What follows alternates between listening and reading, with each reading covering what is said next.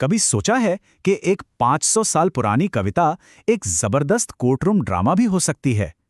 आज हम सूरदास के एक ऐसे ही पद में गोता लगाएंगे जहां एक अदालत सजी है, एक नन्हा सा आरोपी है और उसका डिफेंस अरे भाई ऐसा है जो किसी को भी चौंका दे।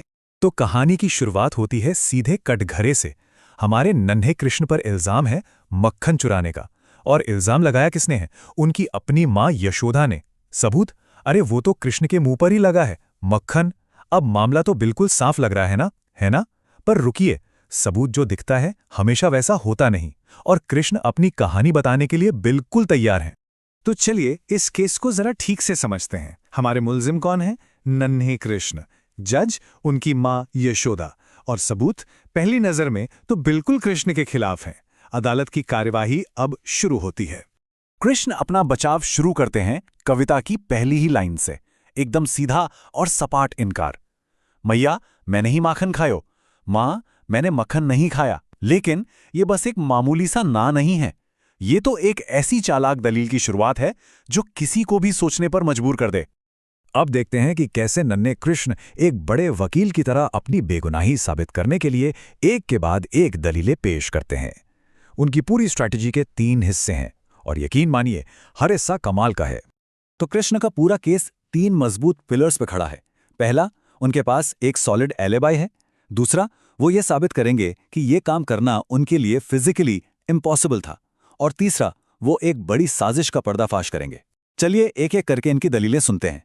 कृष्ण अपनी पहली और शायद सबसे मजबूत दलील पेश करते हैं, उनकी एलिबाई। वो बड़ी मासूमियत से मां को याद दिलाते हैं, अरे मां, आप ही ने तो मुझे सुबह सुबह गायों के पीछे मधुबन भेजा था। और यहां कृष्ण की चालाकी देखने लायक है। वो सिर्फ ये नहीं कहते कि मैं तो बाहर था, नहीं, वो पहर जैसे शब्द का इस्तेमाल करते हैं जो उस जमाने में टाइम की एक यूनिट थी। वो मधुबन और बंसीवट जैसी स्पेसिफिक जगहों का जिक्र करते हैं। इससे क्या होता है? उनकी कहानी में वजन आ जाता है, वो सच्ची लगने लगती है। जरा सोचिए, एक पहर का मतलब होता है करीब करीब 3 घंटे, और कृष्ण क्या कहते हैं कि वो 4 पहर मतलब पूरे 12 घंटे घर से बाहर थे, शाम को घर लौटे हैं। तो सवाल तो बनता है कि अगर कृष्ण दिन भर बाहर थे तो फिर ये मक्खन खाया किसने? आलीबाई को मजबूती से रखने के बाद कृष्णा अपना दूसरा और भी जोरदार तर्क सामने रखते हैं, फिजिकल इम्पॉसिबिलिटी। वो कहते हैं, मैं तो छोटे छोटे हाथों वाला एक नन्हा सा बच्चा हूं, वो ऊपर टंगा हुआ छींका, मेरे हाथ वहां तक कैसे पहुंचेंगे? अब ये छींको क्या होता है ये समझना जरूरी है। ये समझिए एक तरह की नेट की टोकरी होती थी जिसे छत से काफी ऊंचा लटकाया जाता था ताकि खाने पीने का सामान बच्चों और जानवरों से दूर रहे। तो कृष्ण का तर्क एकदम सीधा है, लॉजिकल है। मेरी हाइट ही इतनी नहीं है कि मैं वहां तक पहुंच जाऊं, सिंपल। और जब सारे लॉजिकल तर्क खत्म हो जाएं तो क्या काम आता है? एक बढ़िया सी कॉन्स्पिरेसी थियरी। कृष्ण अपना आखिरी दाव खेलते हैं। वो कहते हैं कि ये जो बाकी ग्वालबाल है ना, ये सब मेरे दुश्मन बन गए हैं।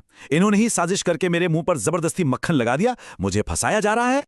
अब कृष्ण को लगता है कि सिर्फ लॉजिक से, तर्क वितर्क से काम नहीं चलेगा, तो वो अपनी स्ट्रैटेजी बदलते हैं। अब वो दिमाग से नहीं, सीधा जज के दिल से अपील करते हैं। और यहां इस पूरे केस का सबसे इमोशनल मोड़ आता है। कृष्ण अब सीधा अपनी मां के प्यार पर सवाल उठा देते हैं। वो कहते हैं, लगता है मां, तुम्हारे दिल में मेरे लिए कोई भेद आ गया है जो तुमने मुझे पराया समझ लिया। सोचिए, ये लाइन सुन के किसी भी मां का दिल पिघल जाएगा। अपनी बात को और दमदार बनाने के लिए कृष्ण एक ड्रामाई कदम उठाते हैं।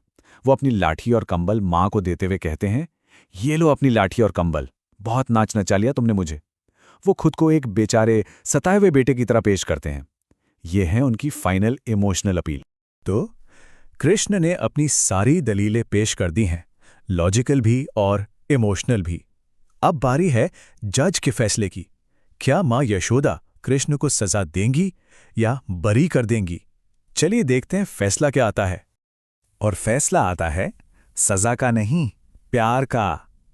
कृष्ण की चतुराई, उनकी मासूमियत और उनकी वो इमोशनल अपील, उसके आगे यशोदा का सारा गुस्सा पिघल जाता है।